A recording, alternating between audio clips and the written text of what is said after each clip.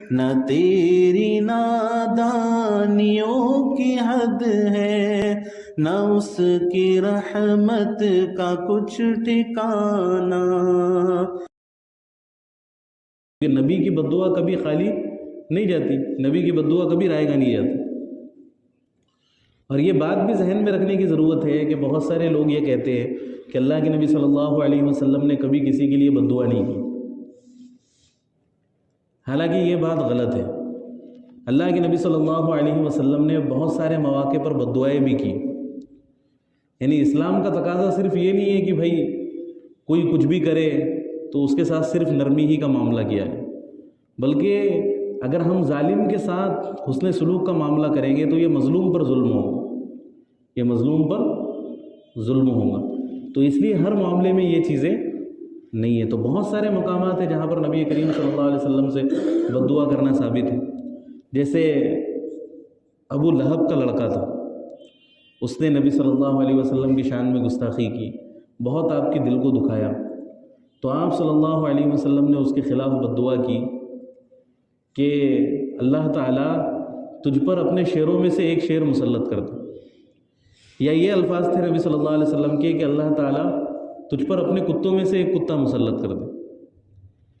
تو یہ دعا کی۔ اب یہ جتنے بھی کافر تھے، خود ابو لہب بھی، تو یہ سب پریشان ہو گئے کہ حضرت محمد صلی اللہ علیہ وسلم اس کے حق میں بد دعا کر چکے ہیں، تو اب اس کا بچنا ناممکن ہے۔ اور وہ خود بھی ڈرا ہوا تھا کہ اب تو بد دعا نکل گئی تو میرا بچنا ناممکن ہے۔ اب اتنا یقین رکھتے تھے نبی صلی اللہ علیہ وسلم کی باتوں پر، اتنے خوف زدہ ہو جاتے تھے آپ کی پیشن گوئیوں کو سن کر، لیکن پھر بھی ایمان نہیں لاتے تھے، کیسے ہٹ ڈرم لوگ۔ تو یہ پھر سفر میں نکلے، ابو لہب بھی ساتھ تھا اور پورے قافلے والے ساتھ تھے، اور ابو لہب کا بیٹا ان کے درمیان موجود تھا۔ اب اس کو ڈر ہوا اور پورے قافلے والوں کو بھی ڈر ہوا، تو انہوں نے یہ کام کیا کہ ہم جنگل میں ہیں اور ہو سکتا ہے کہ کوئی کتا یا کوئی شیر اس کے اوپر حملہ کر دے، تو ایک کام کرو کہ چاروں طرف سے دوسرے قافلے والے لوگ آرام کریں گے اور اس کو بالکل درمیان میں رکھیں گے، اس کو بالکل درمیان میں رکھیں گے۔ اب انہوں نے درمیان میں رکھا، چاروں طرف سے دوسرے قافلے والے سوئے، تو اللہ رب العزت کی شان یہ ہوا کہ ایک شیر نے سیدھی اس کے اوپر چھلانگ لگی،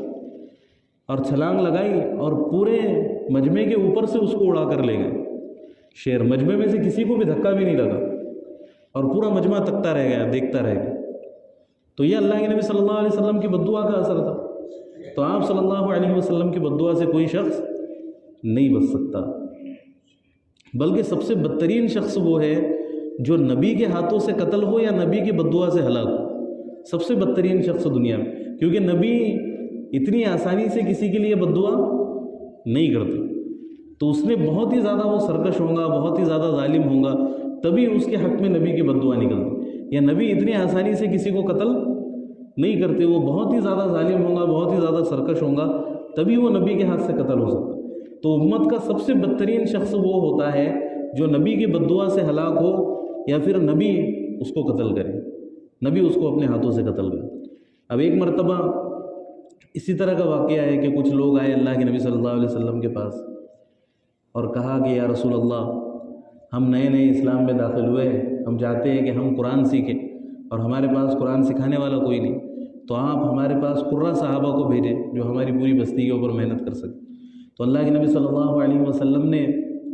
ان کی باتوں پر یقین کر لیا اور 70 قرہ صحابہ کو ان کے ساتھ روانہ کر دیا۔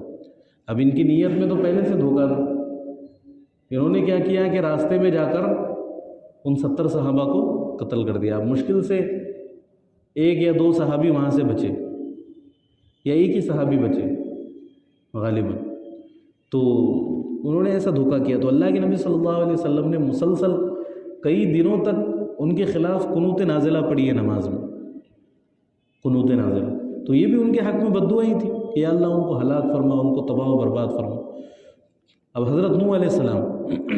انہوں نے اپنی قوم کے حق میں بد دعا کی ہے نا۔ تو کبھی کبھی یہ چیزیں ضروری ہو جاتی ہیں، کبھی کبھی ان چیزوں کو اختیار کرنا ضروری ہوتا ہے۔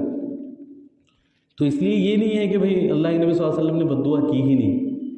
کسی کے لیے۔ حالانکہ رحمت کا پہلو غالب رہا اللہ کے نبی صلی اللہ علیہ وسلم کی زندگی میں، لیکن کچھ ایسے بدبخت تو ہوتے ہیں کہ جو سیدھے طریقے سے ماننے کے لیے تیار ہوتے ہی نہیں، کسی بھی حالت میں نہیں مانتے سیدھے طریقے سے۔ اب ابو جہل تو اتنا ٹیڑھا تھا کہ موت کو دیکھ کر تو اچھے اچھے لوگ سیدھے ہو جاتے، لیکن ابو جہل کو یوں ہی امت کا فرعون نہیں کہا گیا، بلکہ اس کو امت کا فرعون اس وجہ سے کہا گیا کہ فرعون سے بھی زیادہ تکبر اس کے اندر تھا۔ اب یہ غزوہ بدر کے موقع پر یہ قتل ہوا، دو بچوں نے اس کو قتل کیا۔ اب اللہ نے اس کو کیسا ذلیل کیا کہ اتنی بڑی قوم کا سردار تھا لیکن دو بچوں کے ہاتھ سے قتل ہو۔ تو اللہ کے نبی صلی اللہ علیہ وسلم نے صحابہ سے پوچھا جب پوری مکمل جنگ ختم ہو گئی کہ جاؤ اللہ کے دشمن ابو جہل کا کیا حال ہے دیکھ کر۔ تو صحابہ نکلے ڈھونڈنے کے لیے کہ ابو جہل کہاں، تو عبداللہ ابن مسعود رضی اللہ عنہ وہ ملا ایک جگہ کراتا ہو، تو حضرت عبداللہ ابن مسعود اس کے پاس گئے، تو حضرت عبداللہ ابن مسعود سے کہنے لگا کہ میری گردن ذرا سینے کے پاس سے کاٹنا۔ میری گردن کہاں سے کاٹنا؟ سینے کے پاس سے، تھوڑا نیچے سے کاٹنا، تاکہ جب گردنیں رکھی جائے تو پتہ چلے کہ یہ کسی سردار کی گردن، تاکہ جب گردنیں رکھی جائے تو پتہ چلے کہ یہ کسی سردار کی گردن۔ اب موت کے وقت بھی اتنا تکبر، اور موت کے وقت اس نے یہ کہا کہ کاش میری گردن کوئی اونچا شخص کاٹتا، یعنی حضرت عبداللہ ابن مسعود تو چرواہے تھے، بکریاں چراتے، تو اس وقت اس کی یہ تمنا تھی کہ کاش کوئی میرے برابری کا کوئی سردار میری گردن کاٹتا۔ اتنا ٹیڑھا شخص تھا، اتنا تکبر اس کے اندر بھرا ہوا۔ تو کچھ لوگ کسی بھی حالت میں نہیں سدھرتے، تو ان کا یہی علاج ہوتا ہے۔ تو جو جھوٹا ہو اس پر خدا کی لعنت ہو، یہ بالکل صحیح واقعات ہے، اور حقیقت یہ ہے کہ اللہ کے سوا کوئی خداوند نہیں ہے، اور وہ اللہ ہی کی ہستی ہے جس کی طاقت سب سے بالا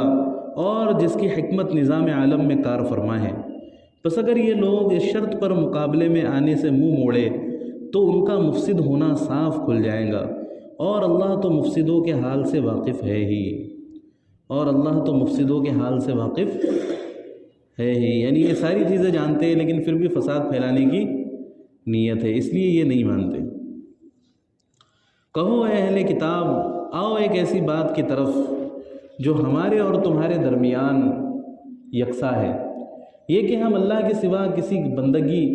کی بندگی نہ کرے، اس کے ساتھ کسی کو شریک نہ ٹھہرائے،